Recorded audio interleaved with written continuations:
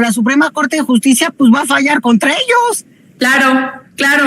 Y eso nos lleva a otra de las grandes reformas constitucionales, por supuesto, Mileti, pues la reforma al Poder Judicial.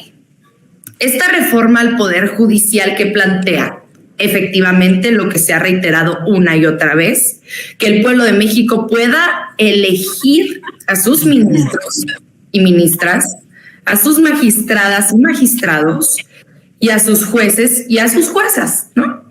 Esos tres. Y entonces dice la derecha, no, pero es que va a llegar gente que no le sabe a las leyes, que no tiene la capacidad, que no tiene la experiencia, que no tiene las credenciales académicas. Esto es completamente mentira, Leti. ¿Por qué? Así es.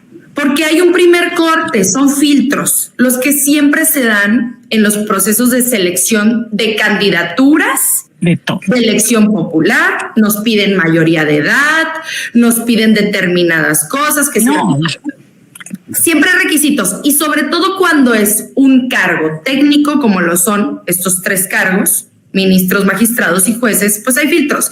¿Qué pasa? La Constitución es el documento básico.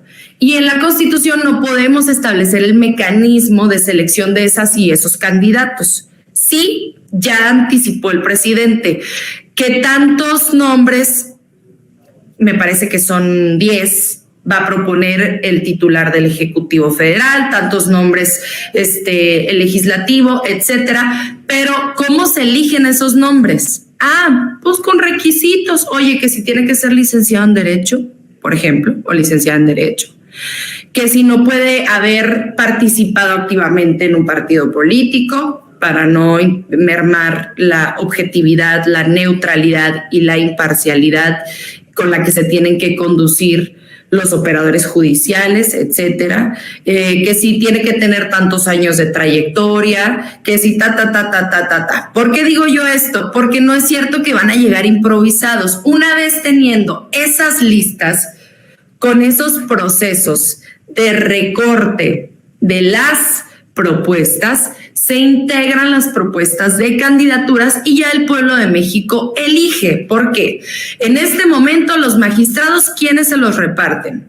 ¿Quiénes se reparten los magistrados de la Sala Superior del Tribunal Electoral del Poder Judicial de la Federación? Pues el Senado de la República y los grupos parlamentarios. Entonces, si llega un magistrado y asume y toma protesta, le debe su posición al PRI, al PAN, a Morena, al PT, al Verde y no al pueblo, y por eso luego anda tomando decisiones al aire sin tomar en cuenta lo que es justo, sin tomar en cuenta lo que es legal, sino tomando en cuenta y representando a intereses creados, ¿no? Eso es muy sencillo en el caso de las magistraturas, que es lo mismo con los consejeros del Instituto Nacional Electoral. ¿Quiénes se reparten?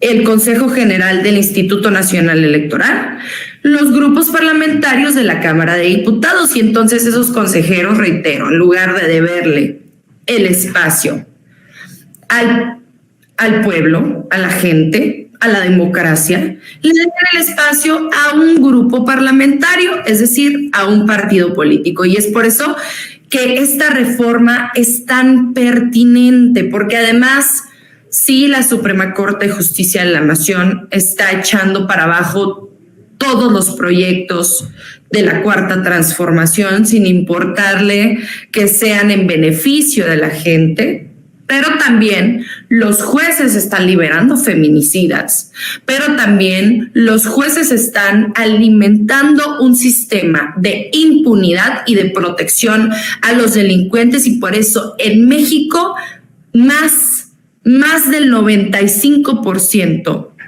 parece que anda como en el 97% de los casos, se quedan impunes, no llegan a sentencia y no se consigue justicia para las víctimas.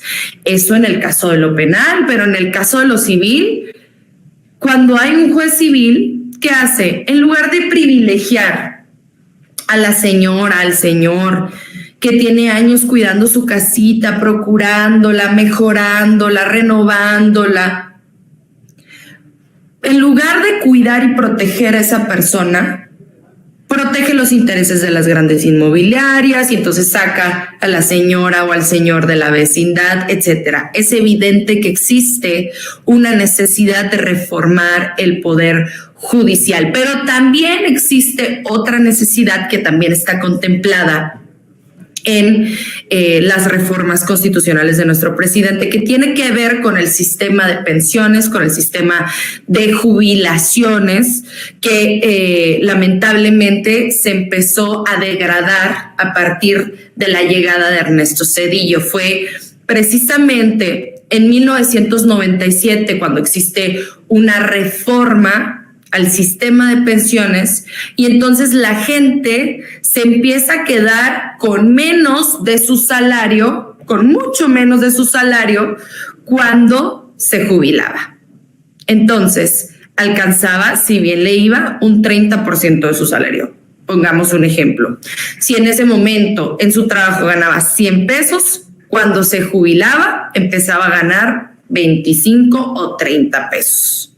Y le exigían además más semanas de cotización, más años de antigüedad. Y si a eso le sumas que el peso mexicano empezó a perder poder adquisitivo por el mal ejercicio de las finanzas públicas, por el mal ejercicio de la economía en nuestro país, pues entonces todavía era menos del 70% lo que estaban recibiendo cuando se jubilaba, y por eso el presidente de la República propone una reforma constitucional para que las y los trabajadores se puedan jubilar con menos semanas cotizadas, con menos años de antigüedad, y que cuando se jubilen lo hagan con el 100% de su salario. Eso es fantástico. ¿Y cómo se va a alcanzar a completar ese salario? Bueno, pues con lo que proviene, con lo que emana de los bienes confiscados al crimen organizado, a la delincuencia, a través del Instituto para devolverle al pueblo lo robado, por ejemplo, a través de la eliminación de la condonación de impuestos a grandes empresarios, a las grandes empresas, a las transnacionales. Entonces, hay manera de integrar esa bolsa. Yo creo que esta es la reforma constitucional que más le ha gustado a la gente, ¿no? Adicionalmente a eso, también hay otra reforma constitucional que tiene que ver con el poder adquisitivo de la gente. ¿Cómo le vamos a hacer para que año con año la gente pueda seguir pagando la canasta básica, la vivienda, el transporte, la educación, su vestimenta, su recreación? ¿Cómo le vamos a hacer para que la gente le siga alcanzando? Porque año con año las cosas suben de precio con motivo de la inflación. Y la inflación a veces crece más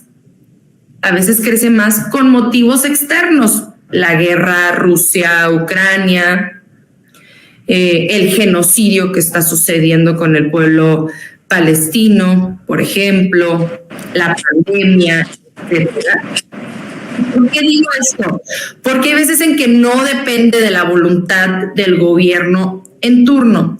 ¿Y cómo le vamos a hacer para no estar usando de pretexto que hubo un elemento externo a la decisión del Ejecutivo Federal y que de pronto se disparó la inflación y ya nadie le alcanza a comprar nada? Pues el presidente de la República dijo, tenemos que garantizar en la Constitución que el salario mínimo crezca todos los años por lo mismo, por lo menos lo mismo que crece la inflación. Y entonces así nuestro salario no pierde poder adquisitivo, ¿no?